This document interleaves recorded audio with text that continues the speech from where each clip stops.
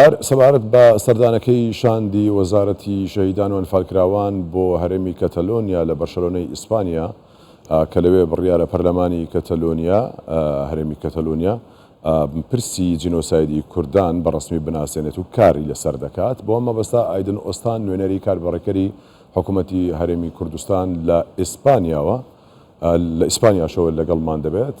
بەڕێز ئایدن لە بەرشەلۆنەیە لەوەیە. بەڕێز ئایدن سڵاوت لێبێت. کارەکانتان چۆن بوون لەوێ؟ چیتان کردووە تا ئێستا؟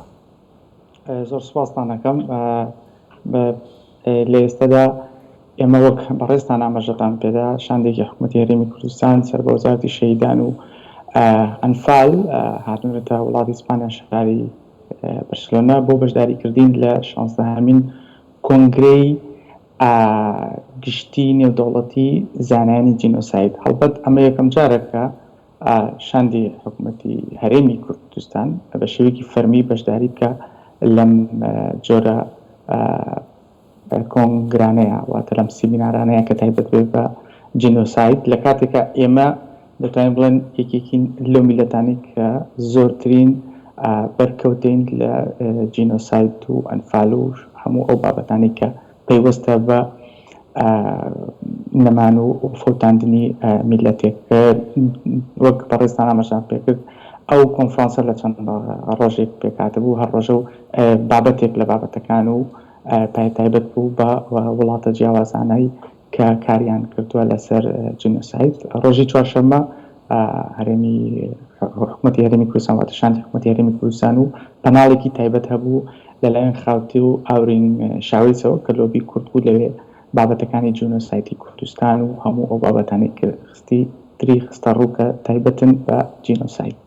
و لە هەمان کەسیشە دوێنێ وەک بەڕێزتان ئاماژەتان پێدا سەردانی پەرلەمانی هەرێمی کەتەلۆنیامان کرد و لەو ڕێگەیەوانێ توانیمان دەنگی خۆمان بکەینە هەرێمی کەتەلۆنیا. پێم وایە ئەمە یەکێک لەو هەنگاوانەی کە حکوومەتی هەرێمی کوردستان و هەرێمی کوردستان دەبێت هەوڵ بدەین بۆ زیاتر ناساندنی کەیسی کوردی لە ڕێگەی پەیوەندیکردنمان و هەماهەنگیمان لەگەڵ پەرلەمانانی جیهاندا.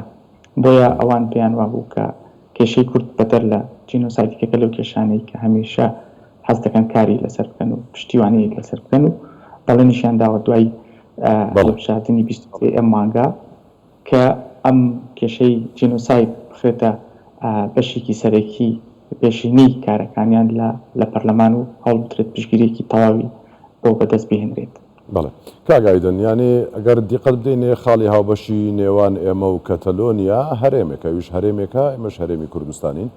لەبارەی ئەوە چی لەبارەی هەرێمی کوردستان دەڵێن؟ ئەوان چۆن هەماهەنگی دەکەن؟ پەیوەندیەکان چۆنە؟ لەبارەی کوردەوە چی دەڵێن؟ ئۆکەی، پەیوەندی ڕاستە هەردووکیان دوو هەرێمن، بەڵام دوو هەرێمن لە دوو وڵاتی جیاوازە.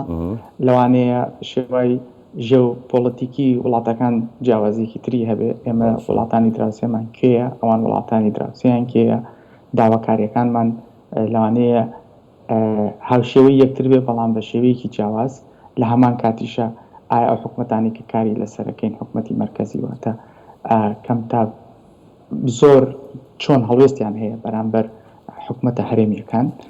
لەسەر و هەموو ئەمانە شەوانەیە ڕابردووی ئێمە لەوانەیە جیاوازیەکی تری هەبێت لەگەڵ حکوومەتی هەرێمی کەتەلۆنیا. بۆ ئێمە زیاتر تیشک لەسەرەوە دەخینەوانێت کە بتوانین هەماهەنگ بین بە تایبەتی لەم بوارانەدا لە بواری مرۆییەکانە، زانستیەکانە، جینۆسایدە، هەموو ئەو بابەتانێت کە بتوانین هاوشێوە و هاویرانە کار بکەین. زۆر باشە. ئەوان شێوازی کارکردنیان چۆنە سەبارەت بە پرسی بە جینۆساید ناساندنی ئەنی جینۆسایدی کوردان چۆن کار دەکەن؟ شێوازەکان چییە؟ ئەوان دەتوانن چی بۆ ئێمە بکەن، بۆ کورد بکەن؟ بەڵێ هەڵبەت ئەوان چۆن دەتوان چی بۆ کورد بکەنیانە ئەمە خۆی لە خۆیە پرسیارێکە چەندین بابەتی تری لێ دەبێتەوانێ. ئێمە داین تەنها باسی ئەو بکەین ئایا لە چەند ساڵی ڕابردووە چۆن وەکو مرۆیی هاوکاریان کردین. یەکێک لەو بابەتانەی کە کارم لەسەر کردووە لە چەند هەفتەی ڕابردووە چۆن بتوانین کار بکەین لەسەر سیستەمی تەندروستی هەرێمی کەتەلۆنیا و هەرێمی کوردستان، واتە بەرەو پێشبردننی سیستەمی تەندروستی کە لە چەند هەفتەی داهاتووە بڕیارە کۆبنەوەکان درێژی پێ بدرێت بۆی هەماهەنگی بکرێت بۆ ئەوەی وەزیری تەندروستی هەرێمی کوردستان بتوانێت سەردانی هەرێمی کەتەلونیا بکە ئەو هاوکاریە لە ڕێگەی سیستەمەوانێ واتە مۆدلی کارکردنی سیستەمی تەندروستی هەرێمی کەتەلونیا هاوشێوەی بکەین کە هەرێمی کوردستانە بەدەر لەوەش یارمەتی پزیشکی و مرۆیەکان بە بەردەوام و کەمپی ئاوارەکان ئەمانە بابەتێکی سەرەکین کە بەردەوام کارمان لەسەر کردو و کاریشی لەسەرەکەین. بەڵێ بەڕێز سعید ئۆستان نوێنەری کاربڕێکەری حکوومەتی هەرێمی کوردستان لە ئیسپانیا لە بارسلۆناوە لەگەڵمان بووی. سوپاس ماندوومان کردیت کاگایدن.